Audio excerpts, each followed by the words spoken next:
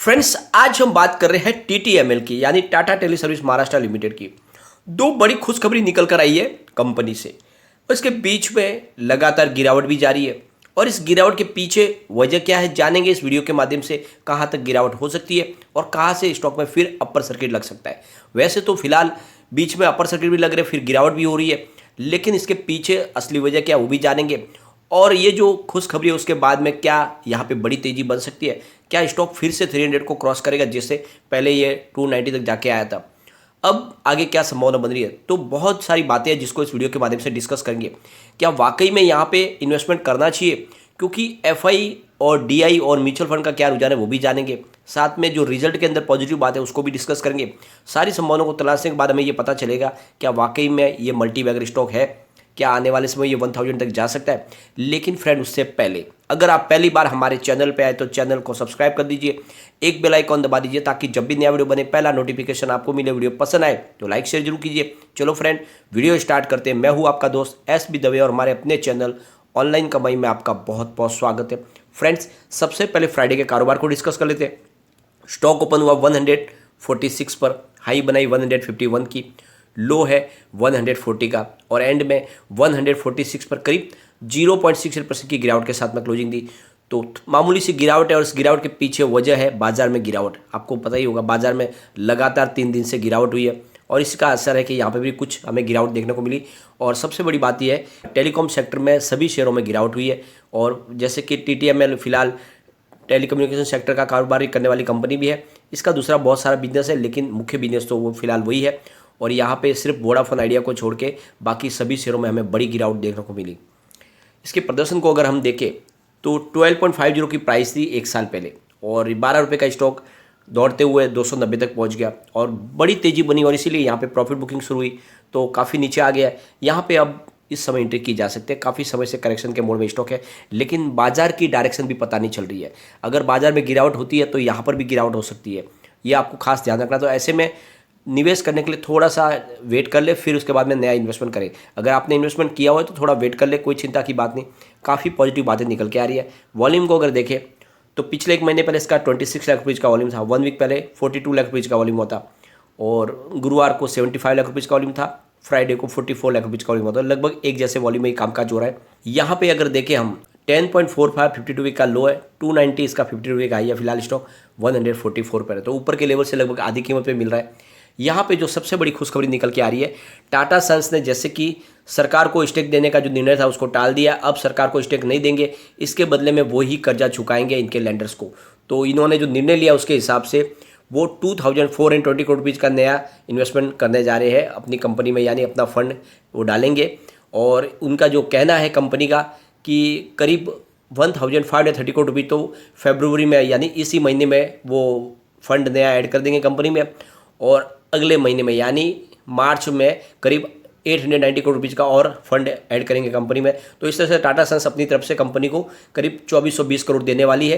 तो आप देख लो कि जो लोग कह रहे थे कि टाटा ग्रुप इस कंपनी से अपने हाथ बाहर निकाल रहे हैं, इस कंपनी को वो लॉस मेकिंग कंपनी में से अपनी पोजीशन कम करे, तो ये बात बिल्कुल गलत है। जिस तरह से इन्होंने निर्णय लिया, पहले तो इन्होंने जो सरकार को स्टेक देने की जो संभावना थी उसको कैंसिल कर दिया, और अब वो लगातार अपना फंड भी इसमें ऐड करे। तो इसका मतलब ये समझ लो ये कंपनी मजबूती से आगे बढ़ेगी। अब जो सबसे बड़ी खुशखबरी निकल के आ रही है, सुपर ऐप लॉन्च होने की तैयारी हो चुकी है, और अगले महीने हमें सुपर ऐप आपको यूज़ करते हुए हम दिखाई देंगे सब जन।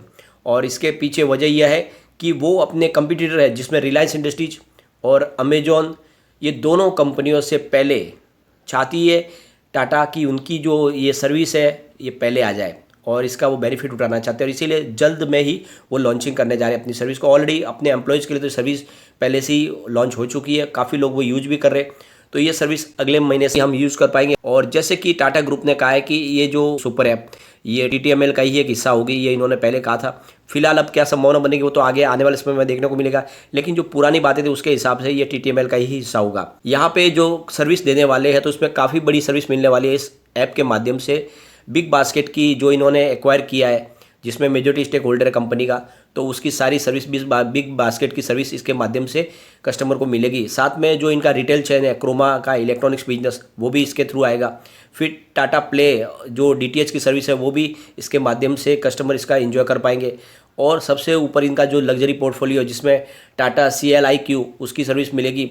फ़्लाइट टिकट बुकिंग जो एयर एशिया के माध्यम से होगी वो भी इसके माध्यम से कर पाएंगे। साथ में IHCL यानी जो इनका ताज होटल का जो बिजनेस है उसको भी इसके माध्यम में ऐड किया जाएगा। और इनका जो फूड बिजनेस है स्टारबक का वो भी आपको उसकी सारी फैसिलिटीज़ इसके माध्यम से मिल पाएगी। और बहुत सारे जो इनके जॉइंट वेंचर्स के जो बिजनेस है वो सारी सर्विस आपको एक ही छत के नीचे मिल पाएगी। यानी आप अगर टाटा सुपर ऐप यूज़ कर रहे हो तो टाटा की सारी सर्विस आप एंजॉय कर पाएंगे। इसके साथ में आप इसके माध्यम से जो अपना मनी है वो भी ट्रांसफ़र कर पाओगे, किसी भी तरह का पेमेंट भी कर पाओगे, चाहे इलेक्ट्रिसिटी हो, वाटर हो, सैटेलाइट टीवी का बिल हो, हर तरह की सुविधा आपको एक ही जगह पे मिल जाएगी। यानी आप देख लो ये ऐप एक जाकर आने वाले समय में सबसे ज़्यादा हिट हो सकती है। तो ऐसे में ये मौका है जब आप इसमें निवेश करें, लेकिन थोड़ा सा वेट करके करें। फिलहाल बाजार का डायरेक्शन पता नहीं चल रहा है। यहाँ पे TTML ने जो अपना रिजल्ट पेश किया है उसमें रिवेन्यू में एक अच्छी खासी बढ़ोतरी हमें देखने को मिल रही है। फ्रेंड्स, इन्होंने जो इनकम दिखाई है Q3 में वो 285.97 करोड़ रुपीज़ की है, जहाँ पे 5.40% की बढ़त देखने को मिली है Q2 से ज़्यादा। Q2 में इनकी टोटल इनकम 271.33 करोड़ रुपीज़ थी और 2.18% ज़्यादा है पिछले साल सेम क्वार्टर से। पिछले साल सेम क्वार्टर में इनकी टोटल इनकम 279.87 करोड़ रुपीज़ थी और कंपनी ने net profit after tax -302.30 crore rupees का बताया। तो अभी फिलहाल कंपनी को लॉस है, लेकिन इनकम में अच्छी खासी बढ़ोतरी हुई है, यानी कंपनी बिल्कुल तेज़ी से आगे बढ़ रही है। यहाँ पे अगर हम इनके शेयर होल्डिंग पैटर्न को देखें तो बहुत ही शानदार आंकड़े निकल कर आए। यानी इनकी प्रमोटर की स्थिति बहुत मजबूत है। 74.36% की होल्डिंग प्रमोटर के जो 3 क्वार्टर से बनी हुई है और 75% के लिमिट इसके ऊपर तो प्रमोटर अपनी होल्डिंग नहीं बढ़ा सकते। कोई भी इनका गिरवी शेयर नहीं है। सबसे अच्छी बात है कि FI ने यहाँ पे जबरदस्त निवेश किया हुआ है। जून में मात्र 0.01% की होल्डिंग थी, सितंबर में बढ़ा के उसको 0.16% कर लिया। दिसंबर आते आते FI की होल्डिंग 0.79% की हो गई है। अगर हम बात करें DI की तो जून और सितंबर में उन्होंने कोई होल्डिंग नहीं ली थी, लेकिन दिसंबर में उन्होंने भी 0.02% की होल्डिंग ले ली है। सेम यही बात म्यूचुअल फंड की है। म्यूचुअल फंड ने भी जून और सितंबर में कोई होल्डिंग नहीं थी, लेकिन दिसंबर में उनकी एंट्री हो चुकी है, 0.02% की होल्डिंग हुई है। तो आप देख लो कि इसके कंपनी के कारोबार को देख के दिसंबर में सबने यहाँ पे एंट्री कर ली है। अब यहाँ पे अदर्स की बात करें जनरल पब्लिक की तो 25.63% होल्डिंग जून में थी, 25.48 हुई सितंबर में, फिलहाल 24.83% की होल्डिंग है। तो ये शेयर होल्डिंग पैटर्न का इशारा है कि यहाँ पे अब तेज़ी बनेगी, क्योंकि बड़े बड़े फंड हाउस FI ने यहाँ पे एंट्री कर ली है। इसके रिटर्न को अगर देखें तो पिछले 5 साल के हिसाब से 2290% का बम्पर रिटर्न मिला है। 3 ईयर के हिसाब से 4886% का शानदार रिटर्न मिला है। 1 ईयर के हिसाब से 692% का शानदार रिटर्न है। 3 मंथ के हिसाब से 80% का पॉजिटिव रिटर्न देखने को मिला है, लेकिन 1 मंथ के हिसाब से 35.63% की गिरावट हो गई है। 1 डे के हिसाब से 2% की गिरावट है। तो ओवरऑल 1 महीने से गिरावट है, लेकिन इसके पहले इसने बहुत ही अच्छा रिटर्न दे दिया है। 2-3 रुपये का स्टॉक 300 तक पहुंच गया था। काफ़ी जबरदस्त मल्टीबैग रिटर्न दिया। आने वाले समय में ये फिर से वैसा ही तेजी से भागेगा, क्योंकि कम्युनिटी सेंटिमेंट स्टॉक के साथ बना हुआ है। 98% बाय की कॉल है, 1% सेल की कॉल है, 1% होल्ड की कॉल है। मतलब 100 में से 99% लोग अभी भी इसको लेना पसंद कर रहे हैं। एक बार इसके पिवट लेवल को भी चेक कर लेते हैं। यहाँ से अगर स्टॉक स्लिप हो जाता है तो 140 पर फर्स्ट सपोर्ट है। स्टॉक और नीचे गिरा तो 132 तक जा सकता है। थर्ड सपोर्ट इसका 125 का। तो बड़ी गिरावट हुई तो फिर 125 तक जा सकता है।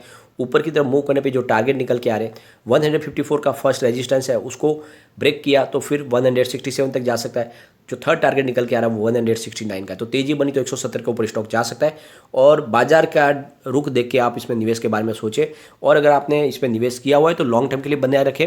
यह आने वाले समय में डेफिनेटली आपको मल्टीबैग रिटर्न देगा, क्योंकि टाटा ने इसको लेकर बड़े सपने सजाए और जिस तरह से कंपनी इसमें फंड अपना नया लगा रही है उससे ये कंपनी तेज़ी से ग्रो करेगी।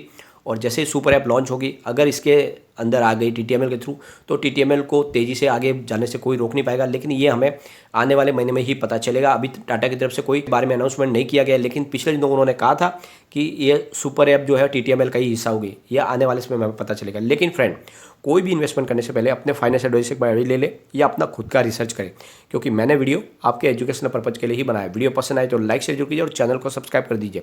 Thank you friend.